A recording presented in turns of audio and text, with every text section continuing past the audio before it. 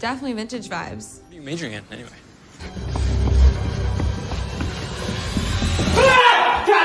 Selamat datang kembali di channel Alur Cerita Film Novian Grapes. Pada video kali ini gue bakal menceritakan alur film yang berjudul Room 203. Film ini mengisahkan dua orang sahabat yang menyewa apartemen megah tapi sangat mencekam, di mana dalam unit apartemen mereka terdapat satu lubang misterius di dinding yang selalu mengeluarkan suara dan dempulan cat. Lalu apa yang sebenarnya ada di balik lubang tersebut? Daripada penasaran, mending langsung saja kita masuk ke filmnya.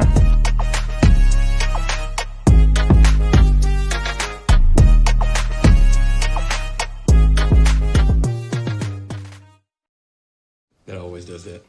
Why is that?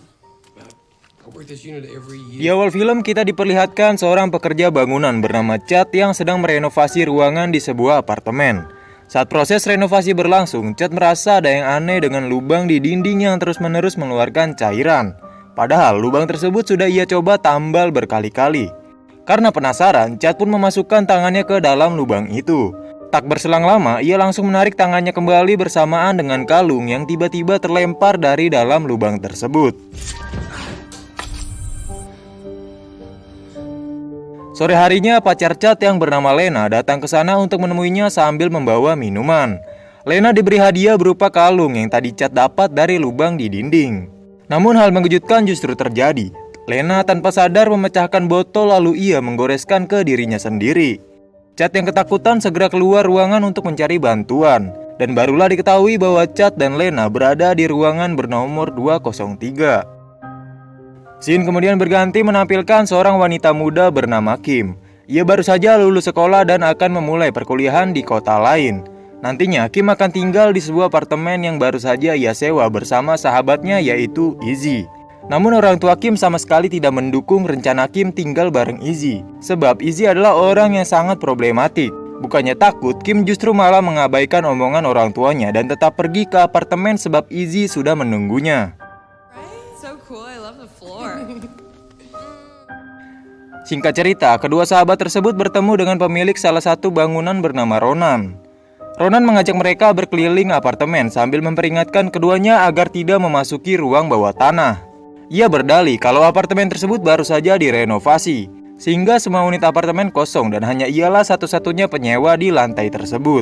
This is the last floor to be renovated in the building. Kemudian Kim dan Izzy dibawa ke apartemen mereka. Lantas dua sahabat itu terpesona oleh jendela kaca yang penuh warna dengan gambar para kesatria abad pertengahan.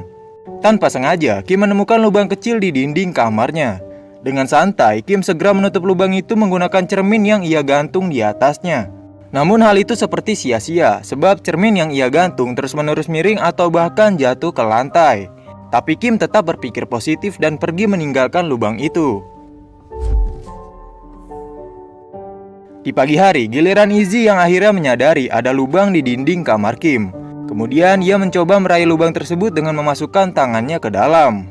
Lalu Izzy mendapat sebuah kalung sama seperti yang didapat oleh Chad beberapa waktu lalu. Tanpa curiga, Izzy langsung memakai kalung tersebut di lehernya. Don't disown me. Kebetulan malam harinya mereka berdua berencana pergi ke sebuah bar.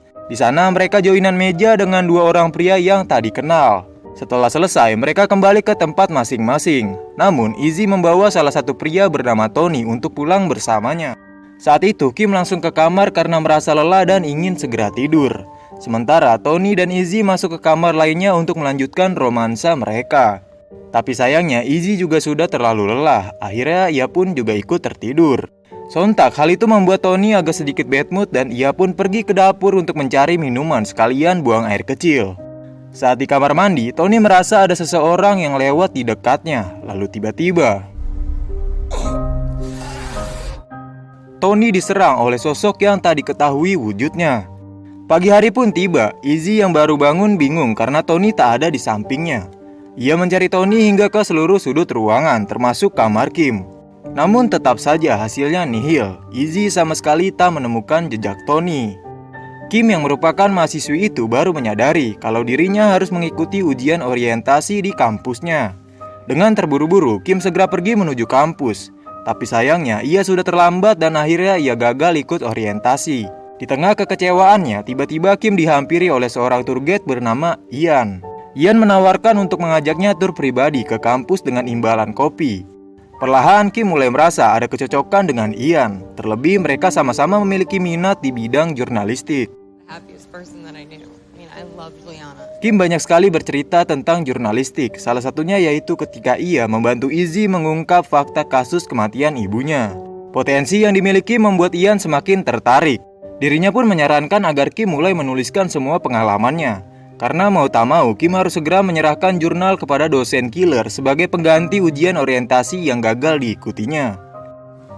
I was being suffocated by my mom and dad. Setelah itu, Kim kembali ke apartemen dan menemukan pesan dari Izzy. Di situ, Izzy memberitahu Kim bahwa dia akan keluar mencari minum. Karena sendirian, Kim memutuskan untuk mengindahkan saran dari Ian yang memintanya menulis jurnal tentang kehidupan Izzy. Of an accidental overdose.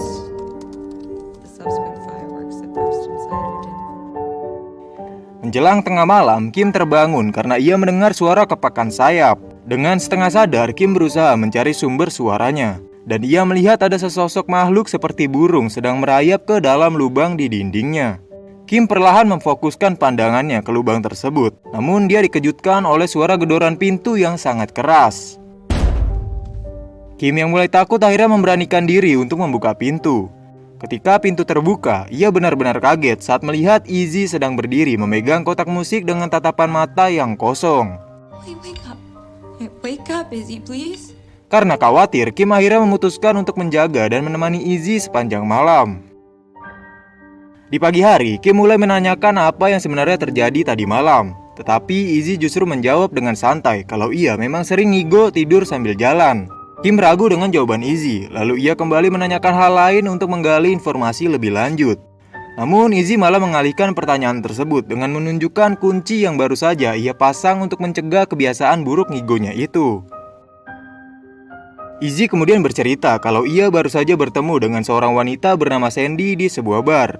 Dirinya merasa beruntung bisa bertemu dengan Sandy, sebab Sandy adalah seorang asisten casting. Izzy yang bercita-cita menjadi artis tersebut pun diberi kesempatan untuk tampil di sebuah acara TV. She's getting me an audition for this TV show that she's Setelah selesai, Kim harus kembali mengikuti perkuliahan yang dilakukan secara virtual.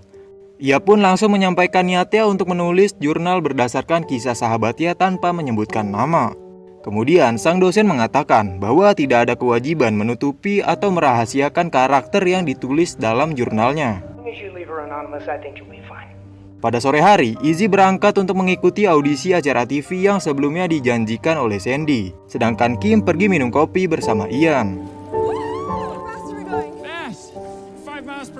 Dalam kencan kali ini, Kim bercerita tentang meninggalnya ibu Izzy karena overdosis yang tidak disengaja. Mendengar itu, Ian pun sempat syok dan khawatir. Terlebih Kim tinggal bareng bersama Izzy. I'll take you for a ride. Saat di apartemen, Kim terus berusaha mengerjakan jurnalnya, meskipun situasi malam itu membuatnya sedikit risau. Kim mendengar pintu depan kamar mereka terbuka. Kim mengintip tipis-tipis melalui pintu kamarnya, lalu ia melihat Izzy dan Sandy. Tapi Kim memilih tak mengganggu mereka dan ia kembali ke kasur untuk tidur. Baru sebentar memejamkan mata, Kim lagi-lagi harus terbangun karena mendengar lantunan suara dari kotak musik. Suara tersebut ternyata berasal dari ruang tamu. Di sana, Kim kembali menemukan Izzy sedang memegang kotak musik itu sambil menatap ke jendela yang penuh warna. Saat Kim mendekatinya, si Izzy tiba-tiba berteriak dan berlari menuju ruang bawah tanah. Kim yang khawatir pun tetap menyusul dan mengikuti Izzy meskipun ia sangat ketakutan. Akhirnya Kim berhasil mengambil kotak musik tersebut, dan kesadaran Izzy pun langsung kembali seperti sedia kala. Dengan cepat Kim segera membawa Izzy kembali ke kamar tidur lalu menenangkannya dengan penuh kasih sayang. I don't know, but they're not gonna let me take sleeping pills. Keesokan harinya, Kim menceritakan kepada Ian tentang kejadian semalam. Ian menyarankan agar Kim juga meneliti masalah tersebut. Kemudian Ian menawarkan diri untuk membantu Kim mengerjakan jurnalnya. Finally, you're fighting me out. Mereka berdua kemudian pergi menuju apartemen untuk meneliti lebih dalam apa yang sebenarnya terjadi. Setibanya di apartemen, Kim melihat Ronan sedang berdiri sambil menatap kaca besar yang penuh warna. Ronan kemudian memarahi Kim karena telah turun ke ruang bawah tanah tanpa sepengetahuannya. The basement is off limits to residents. Ian yang bingung pun bertanya tentang siapa Ronan sebenarnya. Kim hanya mengatakan kalau Ronan lah yang menjaga dan pemilik apartemen di lantai tempat mereka tinggal. Setelah itu, Kim dan Ian menemukan tulisan berupa sepasang nama di kotak musik misterius yang selalu dibawa oleh Izzy. Hey. Ian kemudian mencari tahu maksud dari nama yang tertulis di kotak musik itu. Lalu muncullah beberapa artikel yang terkait dengan nama tersebut. Mayoritas artikel dan berita di internet merujuk ke informasi tentang Liam McNally, seorang manajer bank yang mengambil nyawa istrinya saat tengah hamil bernama Karen. Lalu setelah itu, ia bundir di unit apartemen nomor 203. Percakapan Kim dan Ian perlahan berubah menjadi romantis hingga akhirnya mereka ketiduran. Pada malam yang sama, Kim terbangun karena suara berisik di kamarnya. Lalu ia terkejut ketika melihat seekor burung gagak berada di tepi tempat tidurnya. Kim berteriak ketakutan sambil membangunkan Ian. Namun saat terbangun, Ian sama sekali tidak menemukan apa-apa dan menganggap kalau Kim hanya sedang bermimpi. Keesokan harinya, seorang pengantar paket membawa 2 bungkus kertas yang dipesan Kim ke apartemen. Tapi saat itu Kim sedang keluar, sehingga Izzy lah yang menerima dan membawanya ke kamar Kim. Di sana, Izzy menemukan beberapa print jurnal yang ditulis Kim tentangnya. Di tempat lain, Kim ternyata pergi untuk menemui Milton Briggs. Ia adalah seorang petugas kebersihan yang melaporkan pembunuhan Karen bertahun-tahun yang lalu. Milton awalnya ragu untuk membicarakan hal tersebut kepada Kim. Namun akhirnya ia bersedia setelah Kim memberitahu bahwa dia sekarang tinggal di apartemen yang sama. Di sini Milton mengungkapkan bahwa bayi Karen dan McNally sebenarnya selamat dan masih hidup. Namun sampai saat ini Milton tak tahu di mana keberadaannya. Berbekal informasi tersebut, Kim segera bergegas pergi untuk kembali ke apartemen. Ketika sampai, Kim langsung dihadapkan oleh Izzy yang langsung marah-marah karena jurnal yang ditulis Kim. Kim berusaha menjelaskan dan mencoba memberitahu Izzy tentang sejarah apartemen yang ternyata sangat amat menyeramkan. Tetapi Izzy sudah terlanjur emosi dan pergi meninggalkan Kim begitu saja. Sementara itu, Ian yang sedang sendiri pergi ke gereja. Rencananya Ian ingin membandingkan gambar jendela kaca patri di sana dengan jendela yang ada di apartemen tempat Kim tinggal. Setelah diamati, Ian pun menyadari bahwa salah satu foto di apartemen Kim ternyata ada yang terbalik. Ian meneliti gambar-gambar itu lebih lanjut, sampai akhirnya ia memahami gambar tersebut menunjukkan tokoh mitologi Irlandia yaitu Morrigu. Jika diwujudkan, Morrigu lebih mirip seperti burung gagak yang sangat identik dengan kematian. Kembali ke apartemen, Kim yang masih kesal dengan pertengkarannya dengan Izzy mulai membesarkan lubang di dinding sampai sebuah tangan muncul dari dalam dan jatuh ke lantai. Melihat itu, Kim pun ketakutan dan mencoba lari dari kamarnya. Tapi saat ingin keluar, tiba-tiba Ronan muncul dan membawa Kim ke kamar miliknya. Di momen inilah Ronan mengungkapkan bahwa dia adalah anak dari Karen dan Liam McNally. Jadi selama ini Ronan bertahan hidup dengan memberikan persembahan kepada Morrigu, yaitu burung gagak yang hidup di balik kaca besar berwarna yang ada di apartemen itu. Ya, si Ronan ini percaya siapapun yang mengenakan kalung itu, maka orang tersebut akan menyakiti dirinya sendiri ataupun orang lain. Namun saat kalung dipakai oleh Izzy, kutukan tersebut seperti berhenti mencari korban. Entah bagaimana caranya, tapi Izzy berhasil mengontrol dirinya selama berhari-hari memakai kalung laknat tersebut. Maka dari itu Ronan terpaksa turun tangan langsung dan menjadikan Kim sebagai persembahan untuk Morrigu. Sementara itu, Ian yang mulai mengetahui kebenarannya pun segera bergegas menuju apartemen Kim untuk menyelamatkannya. Sesampainya di sana, Ian tak menemukan Kim di kamarnya, tapi ia malah bertemu Izzy yang langsung merayunya. Saat Ian mulai tergoda, tiba-tiba Izzy berubah menjadi sosok iblis yang menyeramkan dan merenggut nyawa Ian. Di waktu yang sama, Ronan mulai membacakan ritual dari buku ayahnya sebelum ia mengeksekusi Kim. Di momen tersebut, Kim melihat ada kesempatan, lalu ia menendang Ronan dan melarikan diri menuju kamarnya. Begitu sampai ke dalam kamar, Kim dikejutkan dengan tubuh Ian yang sudah terbujur kaku. Kim kemudian meminta maaf dan menutupi tubuh Ian dengan selimut. Setelah itu, Kim lanjut mencari Izzy dan melihat sahabatnya itu sedang berjalan menuju ruang bawah tanah. Kim pun berniat mengikutinya, namun Ronan ternyata sudah bersiap untuk kembali menangkap Kim. Tapi untungnya, Kim berhasil meloloskan diri dan bersembunyi di balik tembok dengan penuh kegelapan. Ronan menuju ruang bawah tanah sambil memanggil nama Kim. Setelah lama main umpet-umpetan, akhirnya Kim pun tertangkap oleh Ronan. Lalu Ronan pun langsung segera menodongkan pistol ke arah Kim. Sesaat sebelum menembak, tiba-tiba sosok iblis jahat memasuki tubuh Ronan. Dan iblis itu memutar pistol tersebut ke arah Ronan.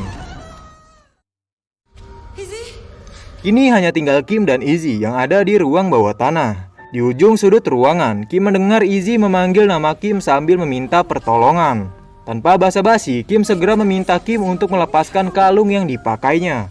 Namun Izzy benar-benar kesulitan mengontrol diri. Dia tak kuasa melawan kekuatan Morrigu yang menguasai tubuhnya.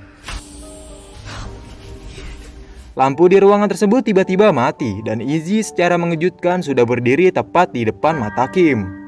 Mereka pun saling serang hingga membuat punggung Kim terluka. Izzy yang berada di atas Kim pun bersiap untuk menghabisinya. Tapi dengan cepat Kim berhasil mencabut kalung kutukan tersebut dari leher Izzy. Akhirnya Izzy kembali sadar dan memeluk Kim sambil menangis. Kedua sahabat tersebut lalu berjalan menuju apartemen mereka dengan tujuan untuk memecahkan jendela kaca patri besar berwarna di apartemen tempat mereka tinggal. Namun sesampainya di sana, mereka dikejutkan oleh ratusan burung gagak yang terbang menyerang mereka. Dengan situasi yang sangat mencekam, Kim memberanikan diri mengambil palu di dekatnya dan langsung memecahkan jendela kaca patri tersebut. Setelah itu, Izzy mengantar Kim yang terluka ke rumah sakit sambil menceritakan jurnalnya di latar belakang. Appreciation for every single morning. If the shadow wants to knock on. Di akhir film, scene menunjukkan lubang jendela kaca yang sudah pecah. Lalu muncullah sosok Morrigu dalam kegelapan yang sangat pekat dan film pun tamat. Oke, mungkin itu saja alur cerita film Room 203 yang bisa gue sampaikan.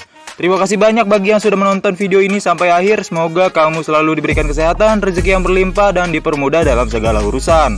Gue Aldi pamit undur suara, sampai bertemu di video selanjutnya. Assalamualaikum warahmatullahi wabarakatuh.